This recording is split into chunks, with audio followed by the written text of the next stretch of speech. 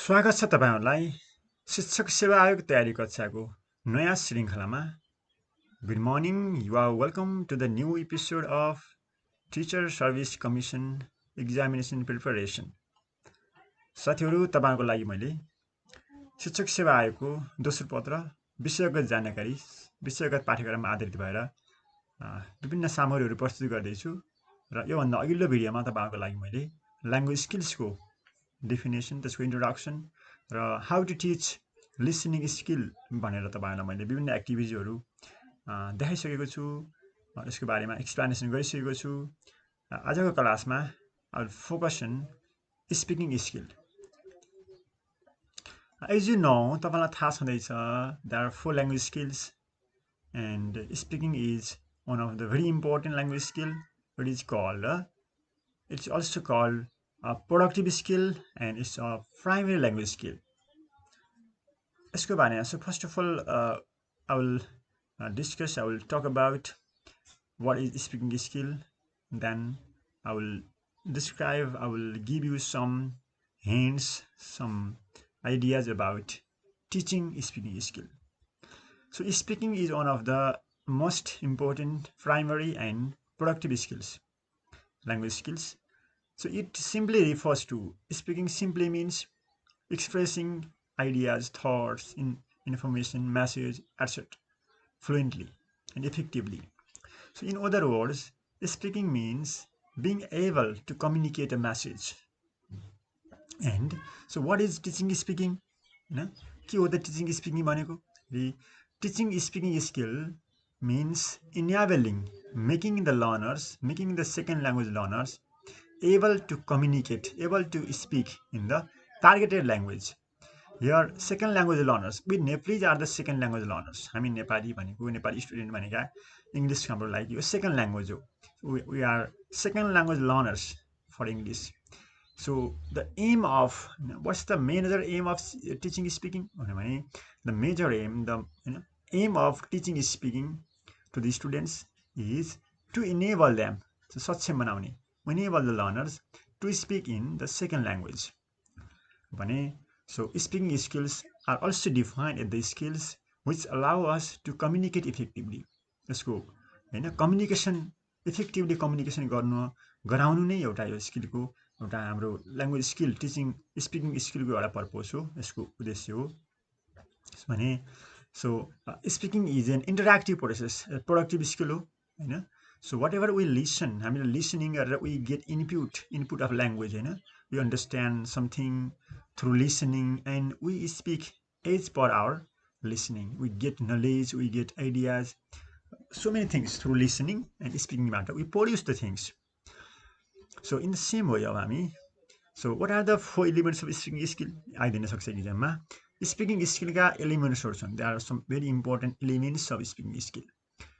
त्यसमा first of all vocabulary is very important. Vocabulary simply means word meaning, the knowledge of word meaning. So without word meanings we cannot produce anything. We need word meanings to speak in English, to speak in any language. So vocabulary is one of the very important elements of speaking skill. In the same way, grammar is very also important.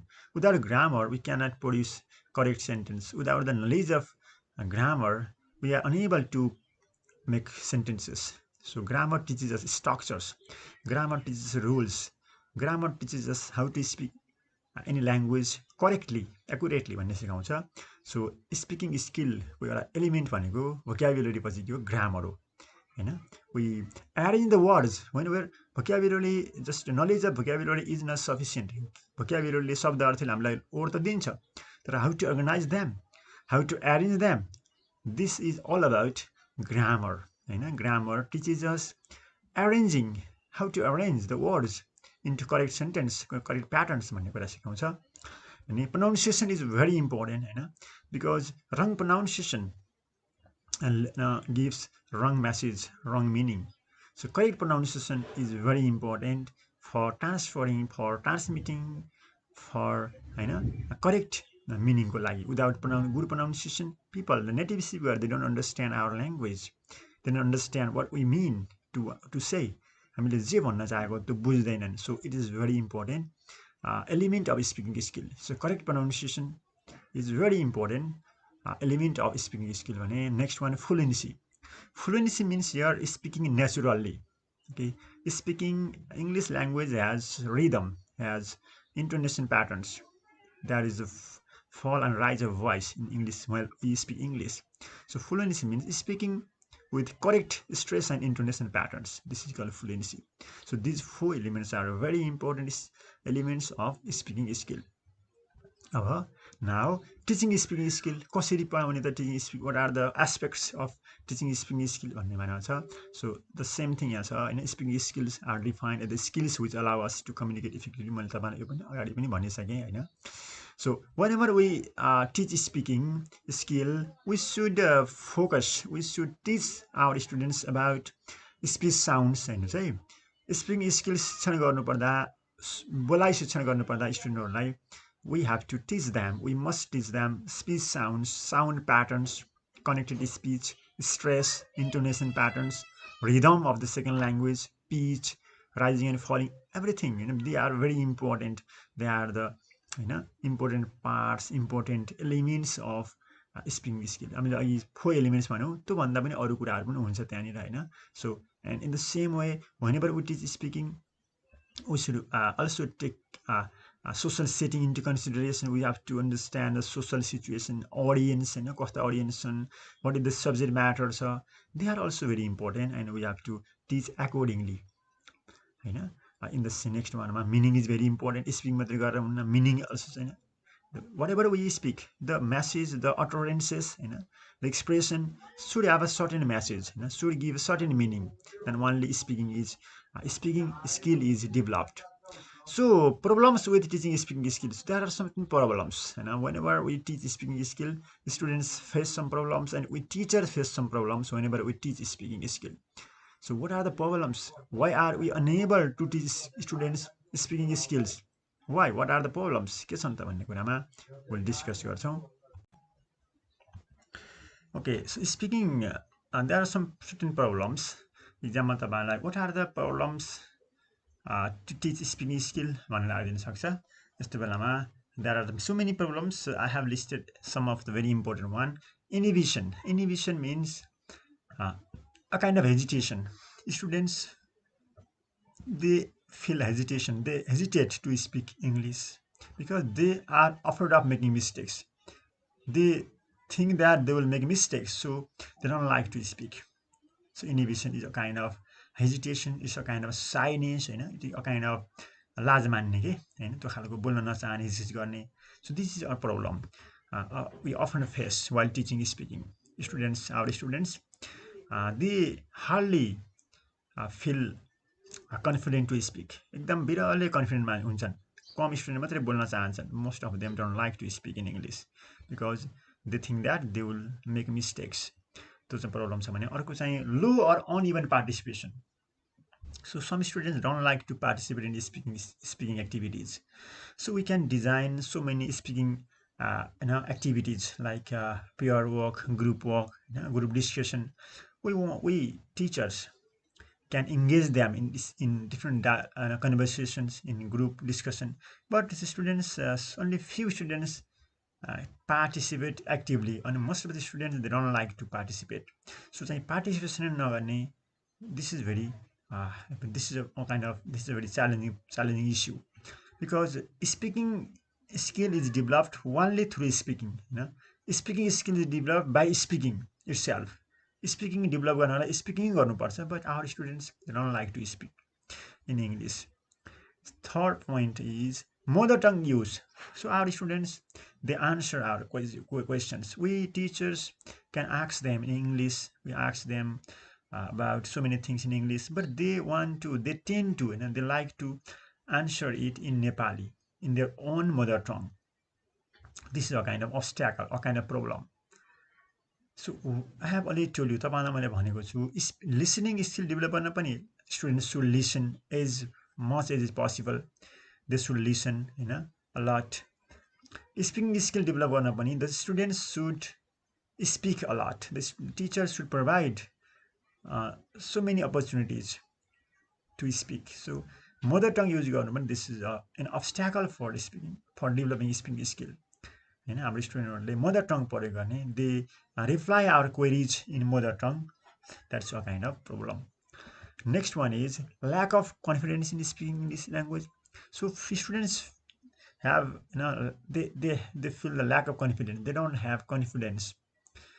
They are confident in speaking Nepali, but in English, whenever they have to speak English, when they need to speak English, they are not confident. So they lose confidence. As a result, they don't speak, and there is no development of speaking skill. This is another issue. So the next issue is shyness. जुन हामीले अघि पनि भनिसक्यौँ, shyness होइन. Students feel shy. They are ashamed of speaking English. लाज मान्ने because they think that they will make mistakes. टिचरले पनि होइन, साथीहरूबाट पनि शरम मान्ने बोल्नलाई. That's a kind of problem. Another problem. भने I have already discussed. We have already talked about fear of making mistake. एउटा मेन प्रब्लम यही हो है. मिस्टेक गर्ने भन्ने डरले नै स्टुडेन्टले के गर्छन्, they don't like to speak English. But we teachers should engage them in speaking activities by convincing them that mistakes are learning opportunities. Mistake भनेका सिक्ने अवसरहरू भनेर कन्भिन्स गर्नुपर्छ. र next one is lack of motivation in students. Students have the lack of motivation. We are unable to motivate them to speak in English. Sometimes we are unable. Sometimes the students are not motivated internally. Motivation plays a very important role in learning. But students, only few students have motivation. Most of the students, they don't have any motivation to learn English, to speak English. So it is very important to arouse a kind of motivation in them. होइन, यसै प्रेरित नहुने, स्टुडेन्टलाई किन English बोल्ने भन्ने प्रेरणा नपाउने हुँदाखेरि पनि इङ्ग्लिस ल्याङ्ग्वेज टिचिङ गर्न प्रब्लम भइरहेछ. So now very important question तपाईँलाई आउने भनेको, what are the activities and techniques to teach speaking skill. Speaking skill teaching गर्ने एक्टिभिटिज के गर्न सकिन्छ. Right any 5 activities or techniques to teach speaking skill in the primary level, होइन, in the basic level, in the to the students of grade 7, grade 6 भनेर आइदिन सक्छ. यस्ता question आउन सक्छ. So how to do. So there are so many activities. Teacher can design so many activities, techniques to teach students speaking. The first one is very common one is role play. So role play is one of the very easy techniques. In this technique the teacher asks students to play certain roles. For example, doctor, patient, होइन, यस्तो role गर्न सकिन्छ. So they can speak. So role play is one of the easiest technique we can just adopt, we can follow to teach speaking skill to the students of any level. होइन, यसमा role प्लेमा what happens, we give certain roles to the students, होइन, and we give certain expressions, certain structures, and they follow the role and they act. And next technique छ simulation. This is just like role play, but in this technique the role is just like a real one. होइन, real जस्तै हुन्छ. यहाँ जस्तो role प्लेमा के हुन्छ भने, students play the role in the uniform as a स्टुडेन्ट्सको रूपमा प्ले गर्छन् भने इन क्लासरुम.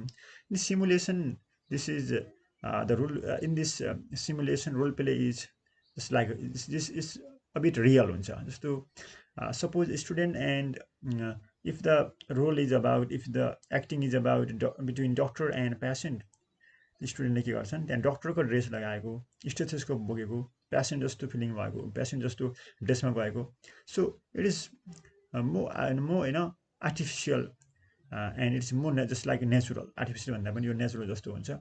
रोल प्ले भन्दाखेरि अझै के हुन्छ, अझै यो इन्ट्रेस्टिङ खालको हुन्छ है. इन्भाइरोमेन्ट त्यस्तै क्रिएट हुन्छ. Information gap, this is very important one and useful one, not only to teach speaking, it's also very important to teach other language skills.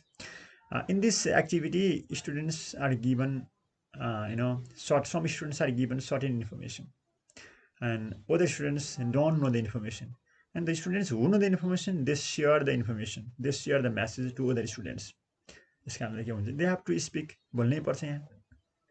So information भएका स्टुडेन्टले इन्फर्मेसन नजानेको लागि सेयरिङ गर्नु पर्दाखेरि के हुन्छ भने दे हेभ टु स्पिक होइन कुनै कुराको म्यासेज टिचरले केही फ्यु स्टुडेन्टलाई दिन्छ जानकारी दिनुहुन्छ भने त्यो फ्यु स्टुडेन्टले चाहिँ अरू फ्रेन्डहरूलाई इन्फर्मेसन सेयरिङ गर्ने काम गर्छन् इन इङ्ग्लिसमा it's very interesting one and brainstorming this is also student center technique in this technique or activity students are given a topic and they are asked to think about the topic केको बारेमा topic बारेमा सोच्न दिइन्छ मस्तिष्क मन्थन भनिन्छ नि कुनै एउटा टपिकको बारेमा आइडिया निकाल्न दिइन्छ they write something or they think about the idea about the topic and they express they produce whatever they have come up in their mind होइन आफ्नो दिमागमा जे कुरा आउँछ त्यो कुरा सेयरिङ गर्ने काम गर्छन् होइन this is very interesting so story telling is also very interesting technique to teach speaking skill to the students love story telling student love reading listening and sharing the stories होइन so teacher ask the students to narrate to retell to narrate the story they like in English होइन टिचरले स्टुडेन्टलाई आफूले जाने story इङ्ग्लिसमा साथीहरूलाई बता भनेर भन्न सकिन्छ so students they like to okay share the stories so they can make some mistakes but the mistakes are pardon here mistakes are excuse here मिस्टेकलाई हेरिँदैन यार whatever they speaking skill is a bit developed in through this technique interviews होइन this is also teacher center always you can see this is also very interesting in the interview teacher asks or whether their friends in group पनि गराउन सकिन्छ teacher asks certain question to the students and the students answer this question यसो गर्दाखेरि स्टुडेन्टले बोल्नै पर्ने हुन्छ it creates an obligation to speak होइन teacher can ask very simple questions and the student answer them the teacher can ask other creative questions and the student try to answer so interview is also very important and effective to teach speaking skill and a picture description or an event description in this activity